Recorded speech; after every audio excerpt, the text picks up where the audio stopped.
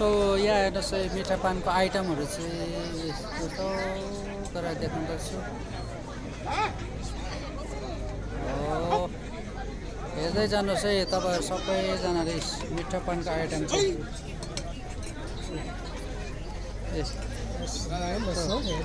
उहाँले बनाउँदैछ मिठा पान चाहिँ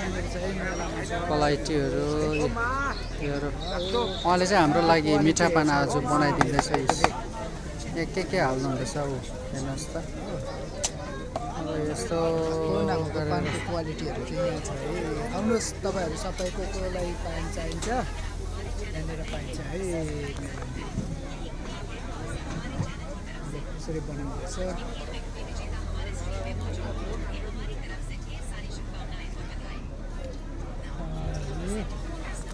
हेर्नुहोस् के चाहिँ हालेको छ यहाँ